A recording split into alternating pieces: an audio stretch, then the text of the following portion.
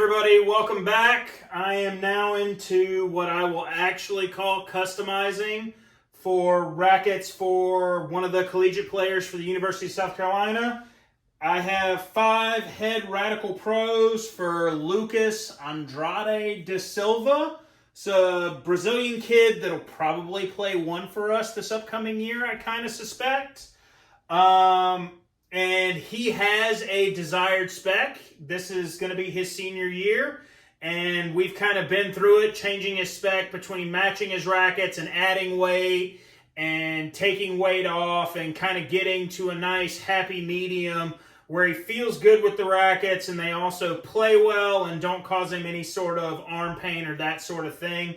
His preferred spec is 320 grams, 31.3 centimeters of balance, and a 295 unstrung swing weight. So let's hope that all of these can actually meet that criterion and we're not going to run into any roadblocks or have to ship any rackets back to get rackets that are within that spec. But let's get them measured up and see what we got to start with.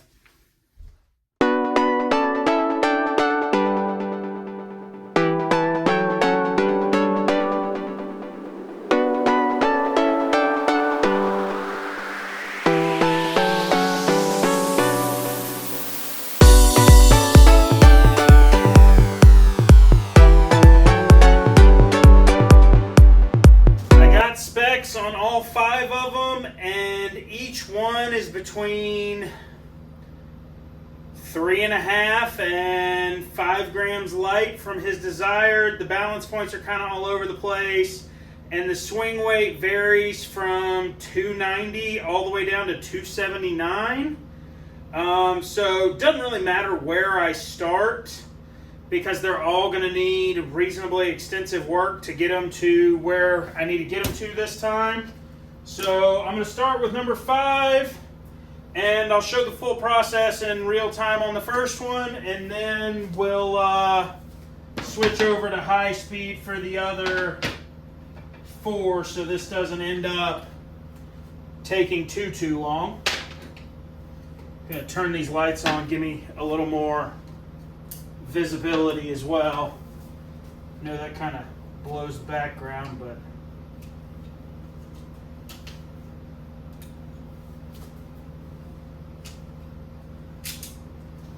this is racket number 5 that came out to 316.6, 31.3, and a swing weight of 288. Like I've said before, I typically focus on getting the swing weight up first and then make everything else match the way it should. Need 7 swing weight points this time, which is quite a bit, but not out of the realm of possibility by any means.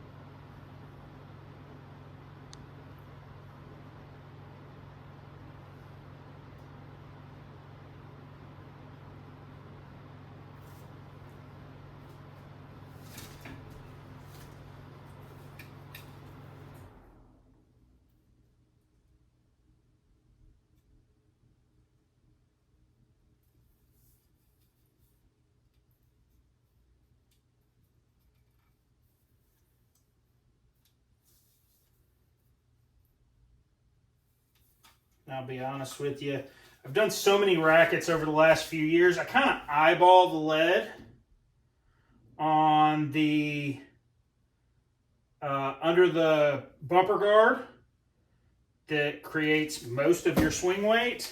Kind of eyeball it to start with and then adjust after the initial installation if I wasn't right the first time.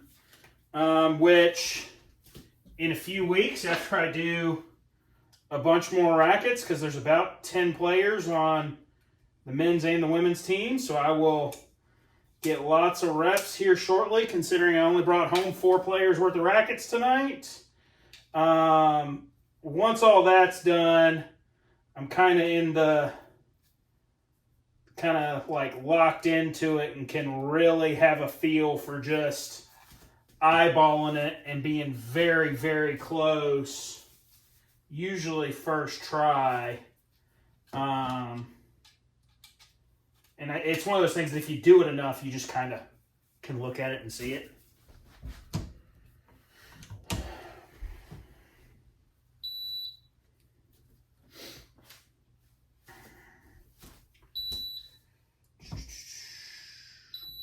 Check it 3 times to make sure we are right where we need to be.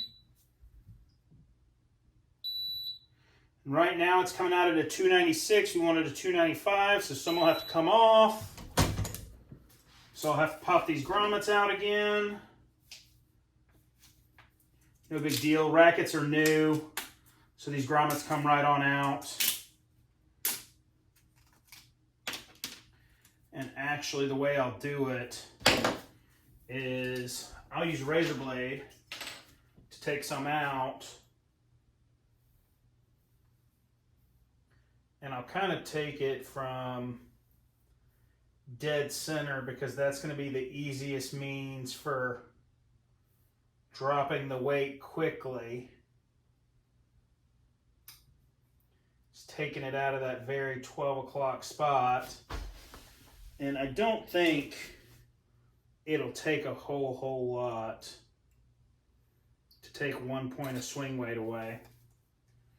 So hopefully this is a one-time do-over here. And we're in business just by kind of very marginally subdividing that lead there. I mean, that's not much change, but I think right at 12 o'clock, it may honestly be enough to give me what I need. It may not. May end up pulling it out and cutting out a similar amount again, but typically right at 12 o'clock doesn't take a whole lot of modification to get it where you need it to be. Get these grommets reseated.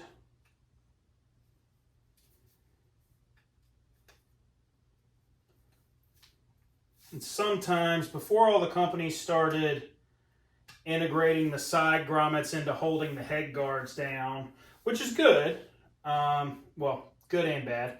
Typically makes it a little easier for the grommets to come off when you're doing them. But before the companies started doing that stuff, grommets were even easier because you just pull the whole thing off and you were right there at it. And when it was just the grommet strip would take off the entire thing, like on an old Blade 98, maybe a V6, V7. Now we're at 295. V6, V7 maybe, where it was just the one piece, nothing from the sides hooked into it. I'd take it off and I'd get another swing weight measurement without the bumper guard off, or without the bumper guard on, and then do the math that way and test it without the bumper guard. And typically, in my experience, adding the bumper guard back in adds like 3 more than what you needed. So like if you took it off and measured it and did the math between them and thought you needed like, I don't know, 20 swing weight points, really when you add it on, you only actually need to add like 17 with the lead, because the extra distance of the bumper guard at the top was going to give it the other like 3 points to compensate, if that makes sense. I'll have to see if I can find one to customize to make that actually make sense. All right, now that we have the swing weight correct on this one, got to get the weight and the balance point right. Let me take sticky note off here. Sticky note and rubber band adds like right at a gram. So currently it is at 18.55, 318.55. Need to get to 320. So where we still will add, pop the trapdoor off. And I use this all to push the staples out of the way. I just kind of bend them off to the side so that I can fit cotton down into the handle of the racket prior to applying silicone. And at, let's see where we're at 18.6, a cotton ball puts us at 19.5. Small cotton ball, but feels fairly dense, puts us at 20.3. So actually, I'll strip a little bit off of this one. And even a little more than that. And that's 320, like dead on. So actually for this racket, no silicone, I'll just stuff the cotton in.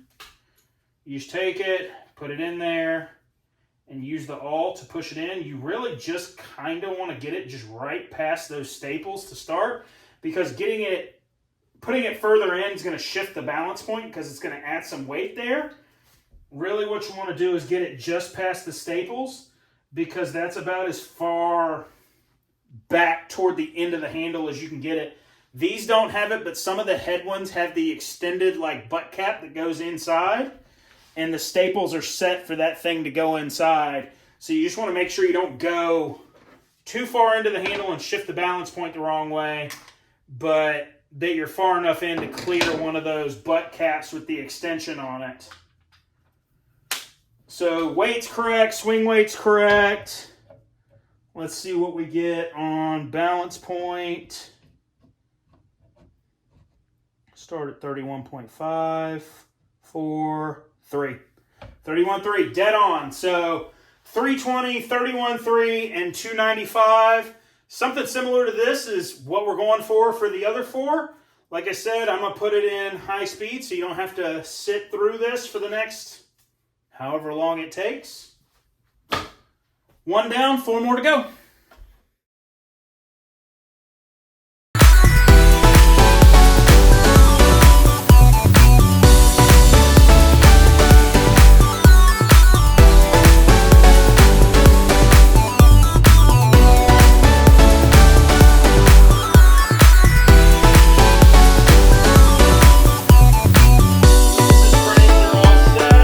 Static weight of 320, a balance point of 31.3 or 31.2. A couple of them are 31.2. They couldn't just quite get there.